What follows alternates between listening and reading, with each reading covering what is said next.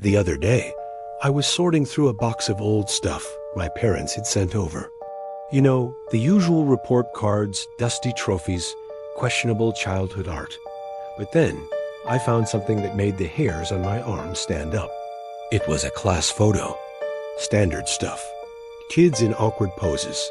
A teacher with a strained smile. But I was in it, front and center, grinning like an idiot. The weird part? I'd never seen this photo before in my life. I didn't recognize a single other person in it. And the banner hanging above us read, Northwood Elementary, Class of '98. I never went to a school called Northwood. In fact, I did a quick search, and what I found was even stranger. There was no Northwood Elementary in my hometown. There were plans for one, back in the early 90s, but funding was pulled. The school was never built. So, how could I be in a class photo from a school that never existed? My first thought was it had to be some kind of elaborate prank. Maybe a cousin with too much time on their hands and some decent Photoshop skills. But the photo felt real. It was printed on old, slightly yellowed Kodak paper, the kind you can't just fake. My name, Alex, was even written on the back in my mom's distinct, loopy handwriting. I called her, my heart thumping a little faster than it should have. I asked her about Northwood Elementary. There was a long pause on the other end of the line. She just said, "Oh, honey, that was such a long time ago. You probably just don't remember."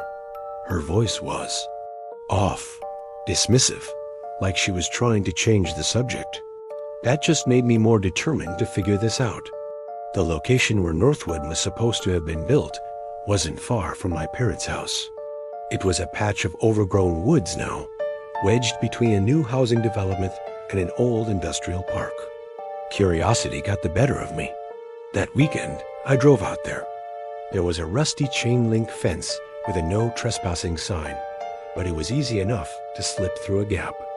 The air inside the woods was heavy and still. It felt colder, quieter.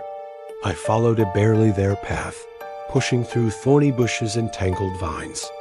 After about 10 minutes of walking, I saw it. Looming through the trees was a building. A school. It was derelict, covered in graffiti and creeping ivy, windows boarded up or shattered. But it was undeniably a school. It was Northwood Elementary. It had been built after all. My logical brain was screaming at me to turn back. This was private property. It was probably unsafe, and the whole thing was just too weird. But I couldn't. I had to know. I found a side door that had been pried open, its hinges groaning in protest as I pushed it further. The inside smelled of damp, decay, and chalk dust. Moonlight streamed through the grimy upper windows of the main hallway, illuminating rows of silent lockers. It was eerie, but it was also familiar. I felt a strange sense of déjà vu, like I'd walked these halls before. I passed a bulletin board, still covered in faded, curling construction paper. The title read, "Our Shining Stars," and underneath, pinned to the cork, were children's drawings. One of them, a crude crayon drawing of a smiling stick figure family, had my name scrawled at the bottom. Alex, the same way I used to write my A with a little circle on top. I was officially freaked out, but I kept going. One found the library. Books were strewn everywhere, their pages swollen and mildewed. On a low table in the center of the room, a large, leather-bound book was lying open. It looked like a yearbook or a school register. My hands were trembling as I approached it.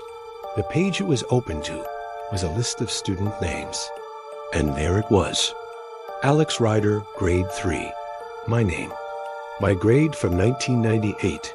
This was impossible. I flipped through the pages. The same names appeared, year after year. Alex Ryder, grade 3, 1999. Alex Ryder, grade 3, 2000. It went on and on, all the way to the current year. According to this book, I had been in the 3rd grade at Northwood Elementary for over 2 decades. Panic set in. One had to get out of there. I turned to leave, and that's when I heard it. A faint, rhythmic sound from down the hall. A child's voice, softly chanting. It sounded like multiplication tables. 3 times 1 is 3. 3 times 2 is 6. I crept toward the sound, my heart pounding against my ribs. It was coming from a classroom at the end of the hall. The door was slightly ajar. I peeked through the crack. Inside, a single desk was illuminated by a sliver of moonlight. And sitting at the desk was a little boy. He had my shaggy brown hair, my round face. He was wearing the same striped shirt I was wearing in that class photo. It was me, as a child. He was hunched over a piece of paper, writing with a pencil. He didn't seem to notice me. He just kept chanting his times tables, over and over. Suddenly, a bell shrieked through the silent school, a deafening, rusty clang that made me jump back from the door. The chanting stopped. The little boy at the desk looked up, his eyes wide. He looked directly at the door, directly at me, and he smiled. It wasn't a happy smile. It was knowing, resigned. And then the hallway started to change. The peeling paint seemed to brighten. The grime on the floor faded. The boarded-up windows were suddenly clear, showing a bright, sunny day outside. I could hear the distant sounds of children laughing on a playground. The school was coming to life around me. The bell rang again, a clear, cheerful chime this time. Doors up and down the hallway started to open. Out of the classrooms stepped the other kids from the photo. Their faces were pale and their eyes were hollow, but they were all smiling. They started walking towards me, their small shoes making no sound on the newly polished floor. I was frozen in terror. I couldn't move, couldn't scream. The little boy who looked like me stood up from his desk and walked out of his classroom. He stopped a few feet in front of me and just stared. "You're late for class, Alex," he said, his voice a flat, empty echo. "Mrs. Davison gets mad when we're late." He held out his hand. I looked down at it, then back at his face. And in that moment, I understood. This place, this school that was never supposed to exist, it was a trap. And I had been a part of it all along. The other kids were surrounding me now, their small hands gently tugging at my clothes, pulling me towards the classroom. "Come on, Alex," they whispered in unison, a chorus of ghostly voices. "It's time for the lesson." It's always time for the lesson. My adult memories, my life, my job, my apartment. It all started to feel distant, fading, like a dream you can't quite hold on to when you wake up. I could feel my mind getting fuzzy, the panic being replaced by a simple, childlike confusion. Why was I so tall? Why were my clothes so big? The little boy Alex was still holding out his hand.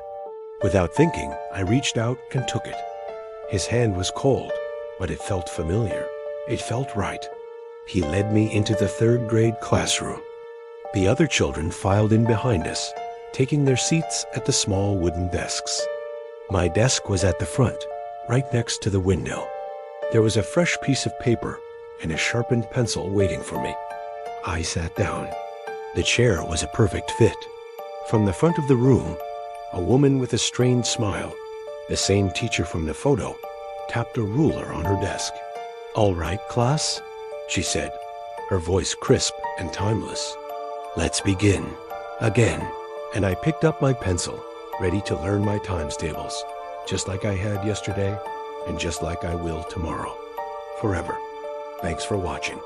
If this story gave you the chills, be sure to hit that subscribe button for more Tales from the Shadows.